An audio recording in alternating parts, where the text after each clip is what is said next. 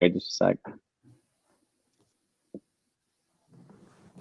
I just had to go old school with the headphones. And we are live with episode 106 of the Start Build Grow Show. Randy Brothers, my friend, what is going on? How we doing? I'm living the dream. Life is coming back to somewhat normal. You know, we went to a restaurant, I've been to the office, we're working again.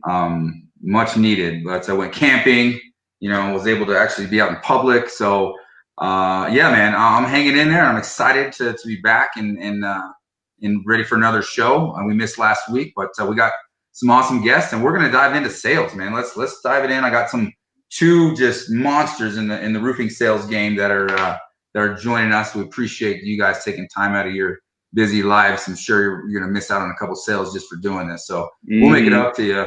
But I wanted to, we focus a lot of our energy in the show on entrepreneurship, and we have a lot of vendors and technology companies and all that sort of thing, and we do touch on sales. But the reality of it is, roofing sales is entrepreneurship as well in and of itself. And that's really what I want to focus here and share the two stories of very different stories, but a lot of the same results of these two gentlemen that I have the pleasure of working with day in and day out, who have taken the sales role and the sales job within roofing and applied entrepreneurship and been able to build a really great system and process for themselves. I don't even want to talk numbers yet, but these guys just absolutely dominate and crush with their performance. So welcome, Chad and Phil, our two sales leaders from our company. Thank you. So, yeah, absolutely. So, we always like to start with the background, right? So, Chad, you've been a guest before, so we're going to get to your story again, make sure we reintroduce you for anybody who missed it. But Phil Harris, how we doing? Let's start with your story of how you kind of got into the roofing space. So my background I've been in sales for a long time, but my background was the restaurant industry. So I was actually a sommelier and in the wine world for a lot of years, wine, liquor, beer. I did that for a lot of years. And then I just got out of that. I kind of topped out in that industry. It was a lot of travel started coming up, and I just wanted to settle down a little bit. So I got out of that and I got into solar, and I met a guy on the roof, and he was like, you should just come and work, sell roofs. It's something I never even thought of. I was selling solar at the time, and it was kind of slow, and it was right when all the incentives started to kind of fizz out. And so I tried it, and here I am, got suckered in, and I stayed. Like I like to say, roofing found you, right? Yeah, it did. It sure did. It's not it's not a job. It's a lifestyle, right? Yeah. Once you're in, there's not much else you can do in life. Yeah. He's like, you can't go wrong. And I trusted this guy, and he was in sales and for a long time, and he was good at what he did. And he said, look, we just had a hailstorm. I'm going to teach you everything you need to know. Let's just do it. And I'm like, okay. And I just kind of dove in, sink or swim, So roofing finds Phil, but then if I remember correctly, Phil found Chad. Isn't that kind of what happened here? Right. Yeah. So Chad, let's tell your story. Absolutely. Where did you come from, and how did you get in the roofing space? I had some sketchball roofers coming to my house, wanting me to give them a check. And I got so frustrated, I went on Facebook and said, in Park Hill, where I used to live, and said, I'm super frustrated. Anyone got a guy? And Phil's wife, Lori, to the rescue, and said, my husband will come by and take a look at your roof. And Phil showed up, and he was in his Land Cruiser. We talked Toyotas, motorcycles, snowboarding. And then he took 20 minutes and explained the roofing process. And it's corny, but within the first 3 minutes, I'm like, I found my roofer. And we got done, and it was just kind of we should keep in touch. And we did, and became friends. And then there was hail. And then Phil suckered me in. So Phil, how did you sucker him in? Because I mean, I remember Chad talking about this before, and he said immediately he knew out of all the people that he's talking to that he's going with you, right? So if I'm a sales representative, right, for a roofing company, and I want to have that same impact on someone where I know that they're going with me, right, because of that experience I'm giving them, what tips do you have for somebody to be able to accomplish that?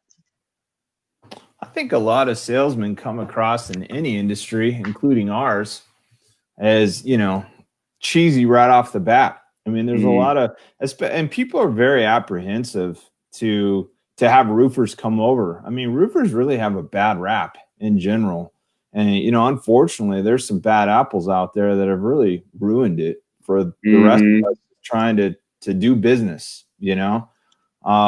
So my sales approach is pretty laid back, Obviously, I find common ground. I saw that Chad was way into the car and way into all the stuff that I'm into, so it was easy with Chad. Mm-hmm. I was a sucker.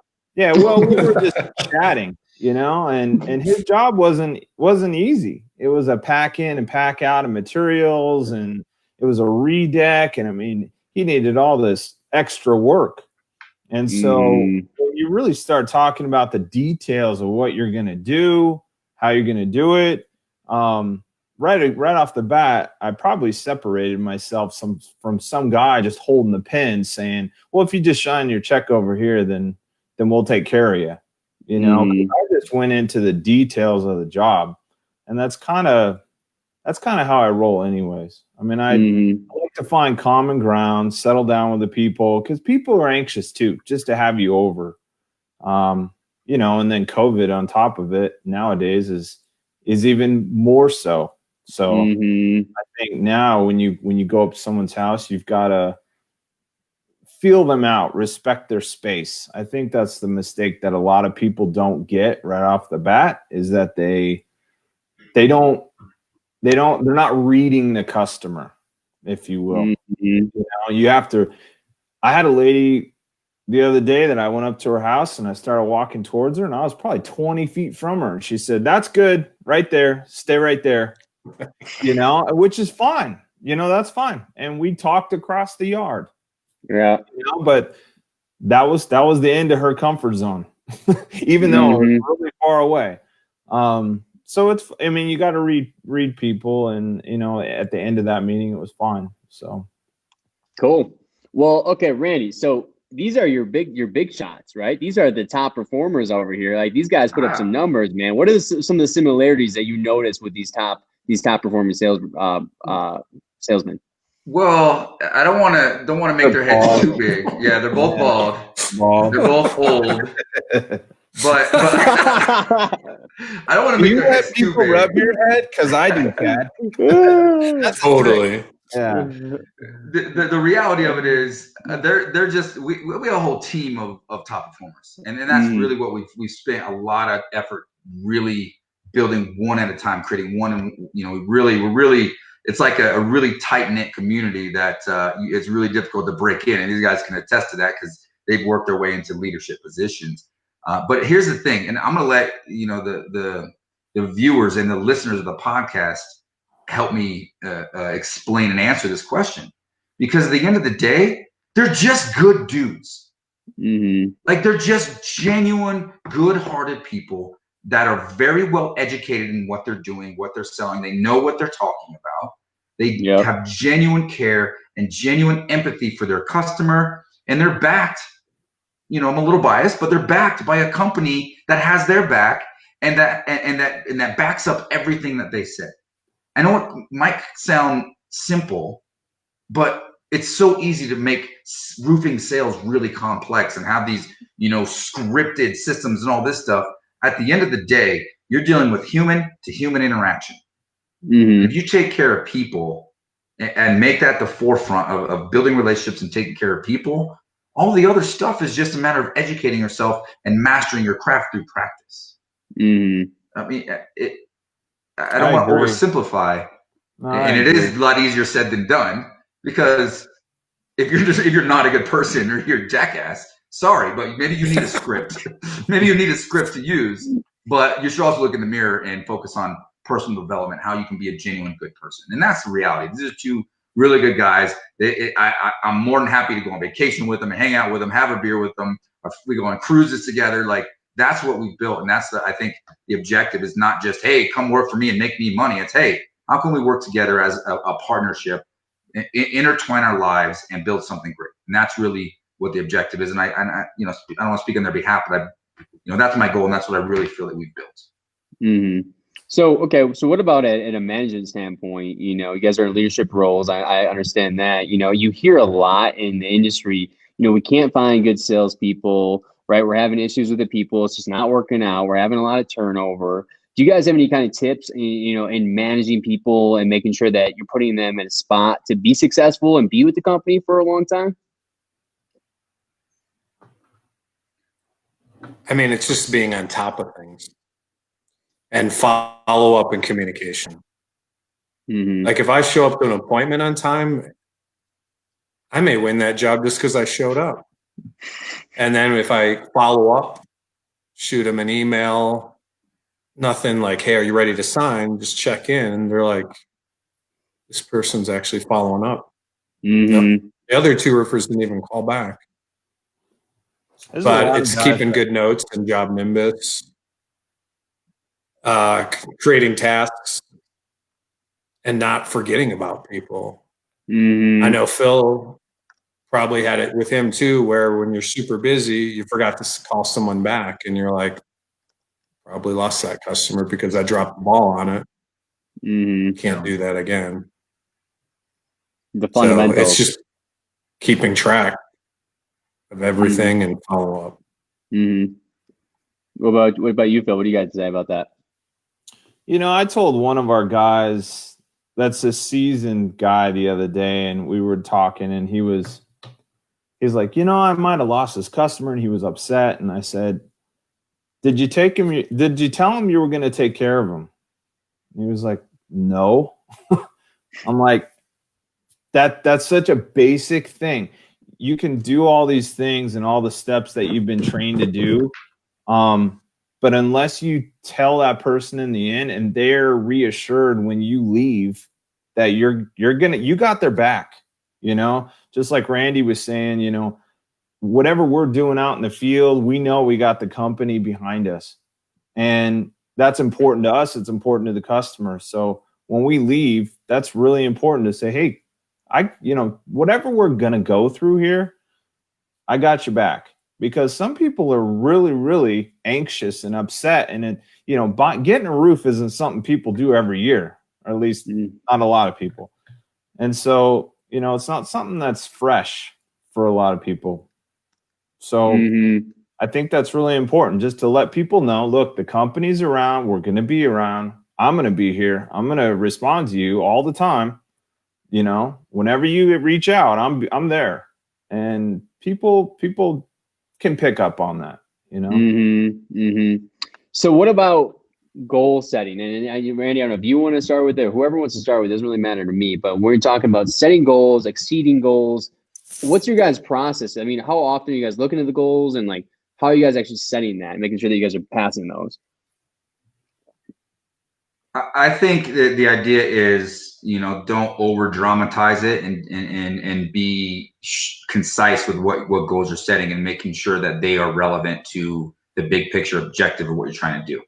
It starts with an annual goal. Everybody should have, hey, this is my target for the year. But then you want to kind of dissect that and focus on just small goals that you can achieve and or reach for each and every week or every 2 weeks or however often you're holding meetings and those sort of things. I think it's just a way to with goal setting, when you write something down, it sets more in your brain as like, hey, that's something that I need to do and I need to get accomplished. So goals can be easily over dramatized, and we find this out with our team and with people I work with and companies I coach and that sort of thing. It's like, they have these crazy lofty goals, and then you look at it quarter of the way through or halfway through and they're not even close.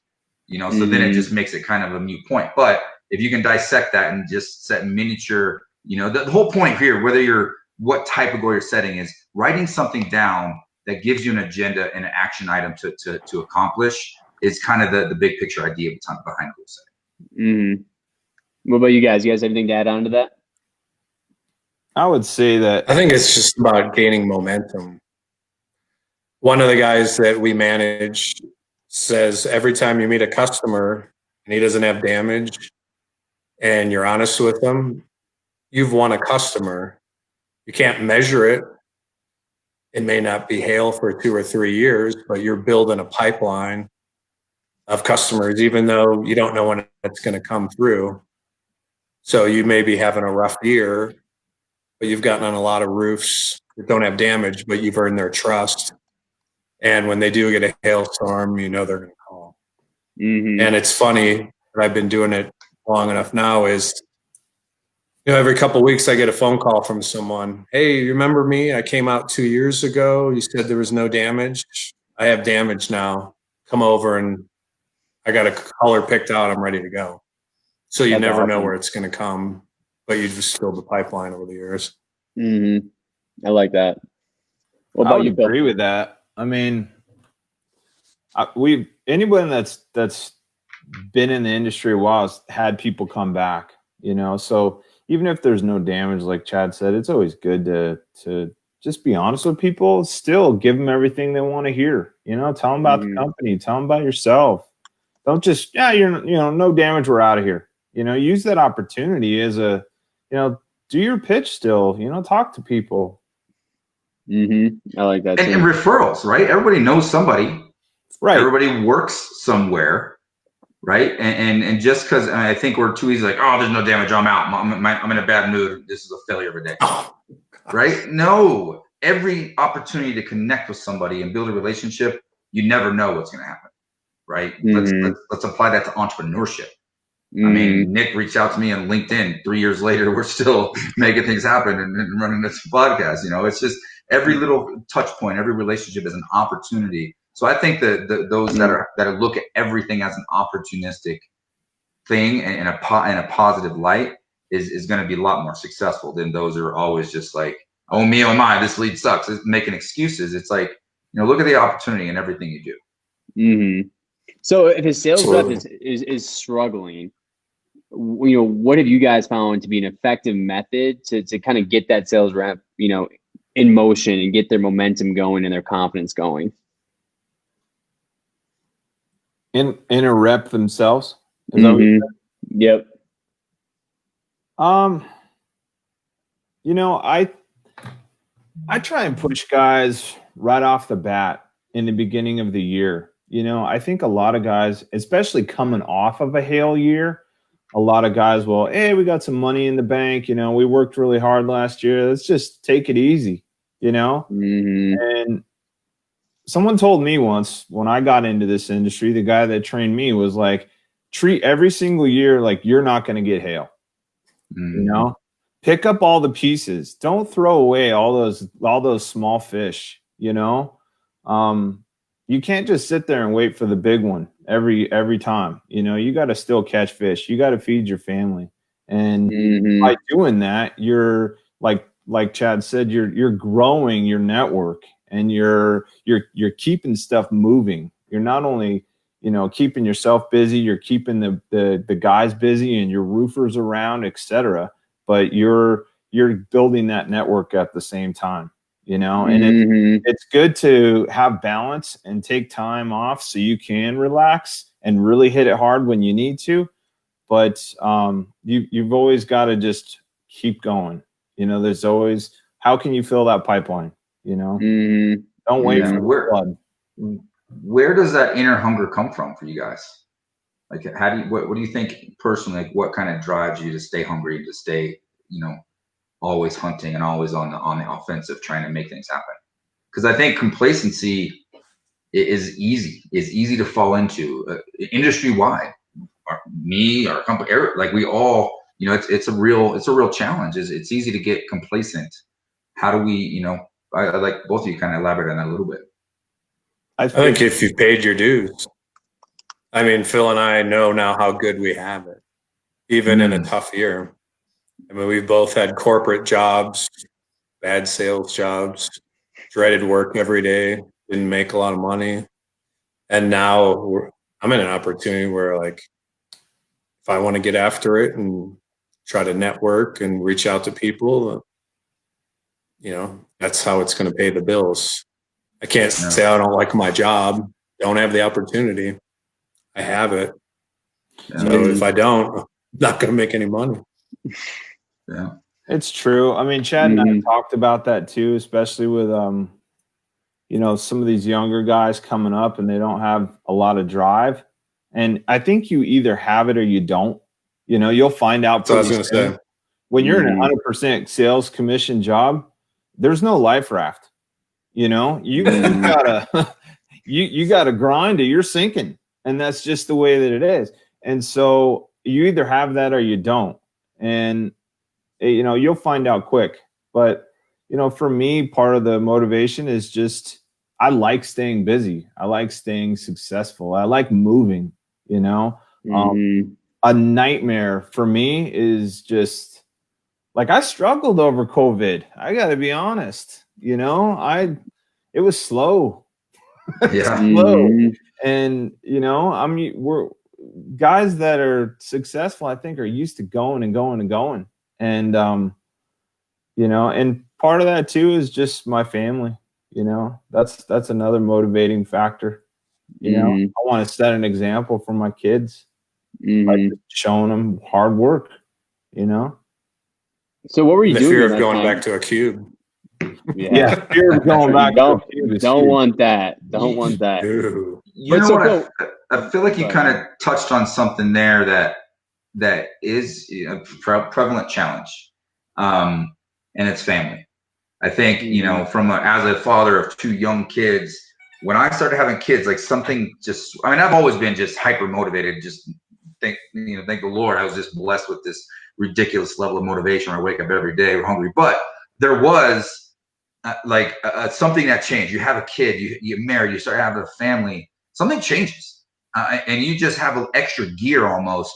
And I think a lot of people in our industry, nothing wrong with it, but this is just something that is a challenge we got to overcome. Because when you're young and you don't have family, you don't have kids, you got nobody you're responsible for 50, 60 grand, $1,000, $2,000 a week. Man, that's plenty of beer money, plenty of rent money. You can live and be fine.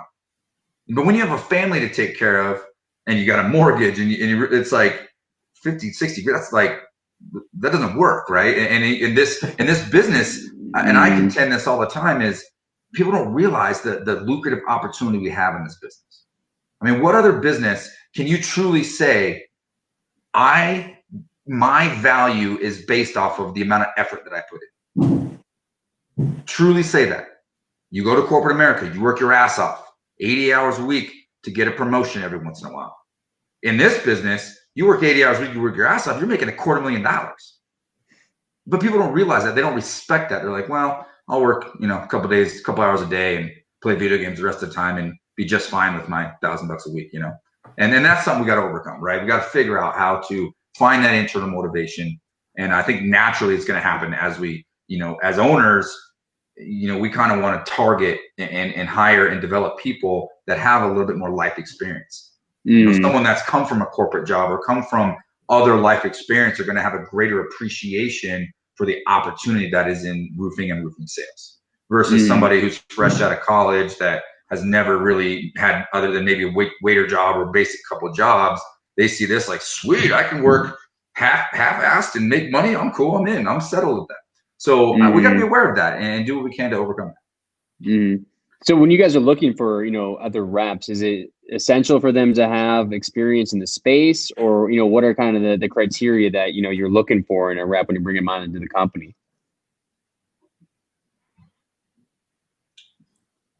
I think someone who's just like, I want to make a lot of money. And I'm not scared to work. Yeah. And don't forget the character piece. Because if they have that drive, the rest will work itself out. Drive and character. Yeah, I think drive mixed with character is the 2 key components. Someone that wants to be successful and that has character, that genuinely cares and has empathy for others and really cares about what they're trying to accomplish. I think Chad and I with similar backgrounds. I mean, you can, like Randy said, you can work your tail off and still spin your wheels, and still spin your wheels and just pray for that one promotion that you may get at Christmas time. You know, I mean, for me personally, I got to the point where I was just putting in my heart and soul, and I was spinning some wheels, you know, and although I was doing okay, I was just frustrated, you know, and that's why I left altogether. Because, you know, like Randy said, I mean, this job truly is, you put in what you're going to get back, what you put in. It really is like that. If you know, you're grinding hard, it's going to pay off. So, okay. So what about if we dove into the sales cycle? You know, what have you guys noticed where most people mess up? Is it the presentation? Is it the close? Is it the follow-up? Where are you guys seeing the most errors, and what can people do to kind of overcome those mistakes? Me personally, I think the follow-up is big. There's a lot of cats out there that have their pitch down and everything else. And, you know, I've said this 100 times within our own group, but it's like, and maybe it's just my background of the restaurant industry, but it's like having perfect service, perfect food. Everything is dialed in. The ambiance is great, everything. And then the server goes on a smoke break and never brings you your check when you're ready to leave, you know, and you will leave that restaurant really upset and teed off because you sat there for an hour trying to track down your server to get the check. You know, it's happened to all of us. And I like to use that analogy with the guys because everyone's gone through that, and the follow-up is key. It's key.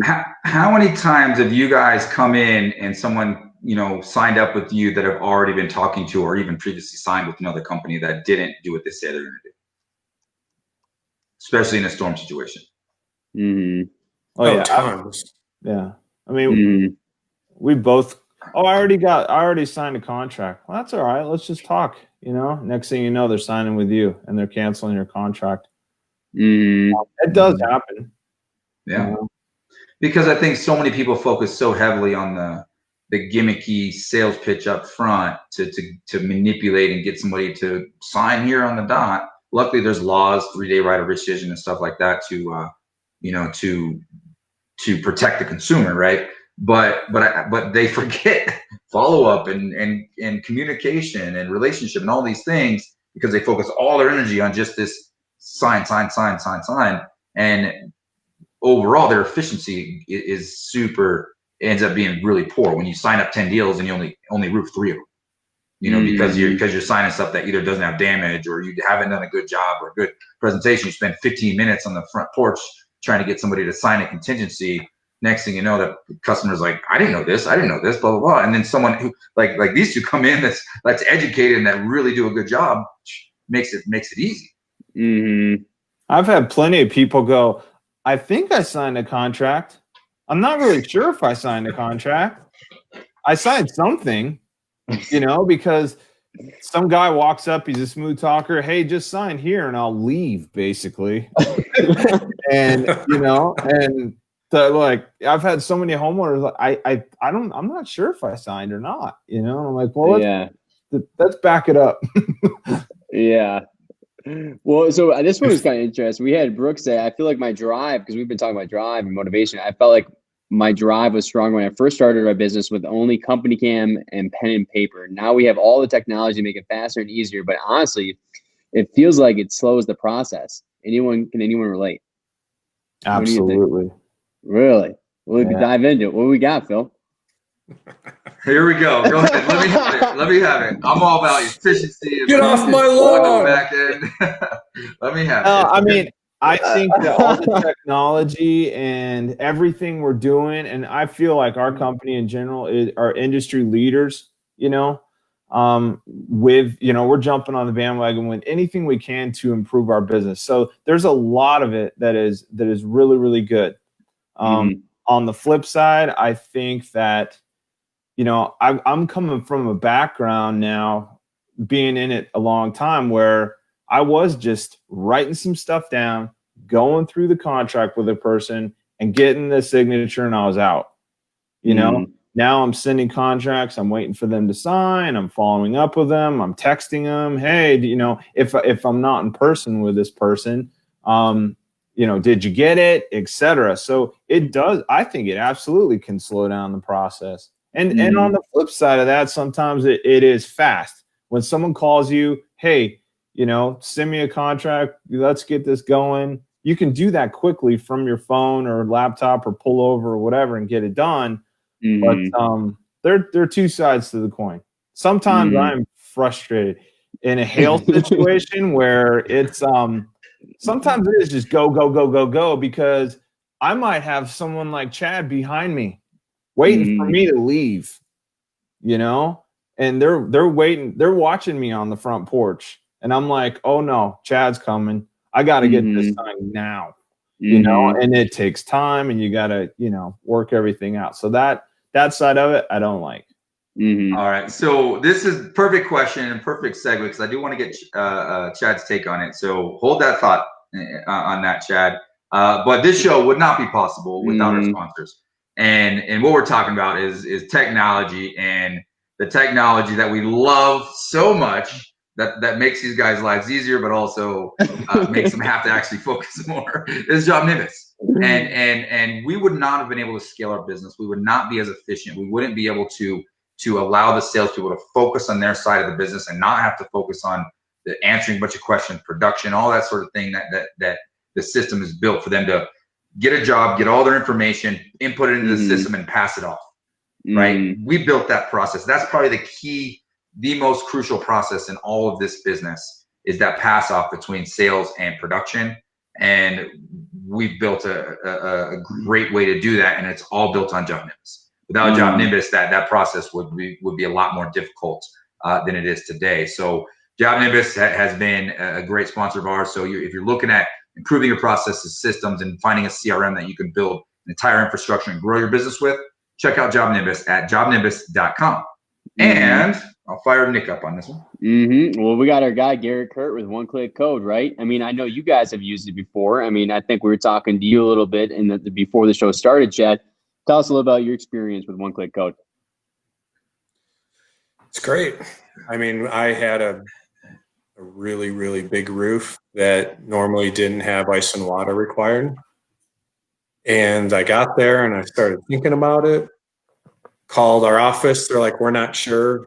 Doesn't look right. And went into OneClick, put in the address, and lo and behold, 2 months before, they changed their regulations and said ice and water is required. Probably would have failed the inspection, tore off 20, 30 squares where I put up 2 courses in some spots, 8 in others over porches, and probably double or triple profits on it. The homeowner got the right roof. And it was something like no one knew it except OneClick. Except OneClick, boom. So guys, make sure you check them out. OneClick Code, right? All right. Well, so where were we at, Randy? You want to kind of get us back on track here? Yeah, I think I don't know if Chad had a chance to answer the drive question, right? And you know, technology, and then Brooke also mentioned helpful in the long run, but it seems that it kind of slows the sales process down on the front end. Which, hey, there may be some validity there, but I agree with that. When you incorporate efficiency, referrals, long-term clients, is it well worth it? Does it make it up in the long run? I think it can make it tougher sometimes. I wish you weren't on this call, Randy.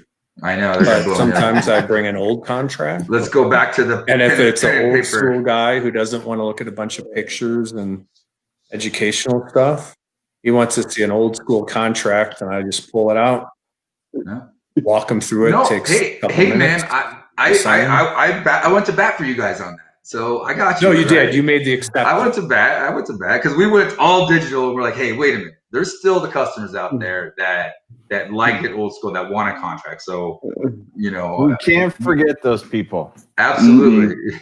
There's a lot of left behind out there. Yeah. Well, okay. So so we had Alexandra say, how do I get my business started? I'm hungry to learn. Rand, you got any advice for her?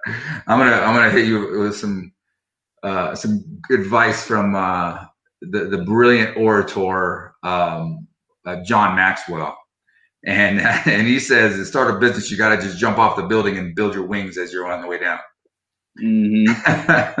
Because the reality of it is, getting started, like taking that first step, is 90%.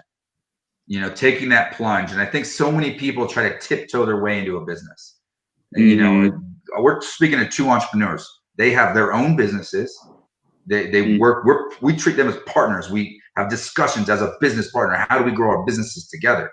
Right. So roofing sales is a business. You are an entrepreneur, and you need to get that mental side in there because you know, you can't tiptoe your way into starting a business. First off, you know, a lot of people want to hold that little safety net, like, oh my God, I'm going to keep a job and work my business part time. Sure, maybe you can do that for a very short period of time, but the reality of it is, if you're going to make the commitment to be an entrepreneur, you're going to learn so much by jumping off that bridge and starting to swim and make things happen. So that's the first step. But the second step is, well, which is a whole list of steps. And actually, if you want to follow up, it's a great plug, because one of our other sponsors is my company, the Roofing Academy, and we have an entire course built on how to start a roofing company.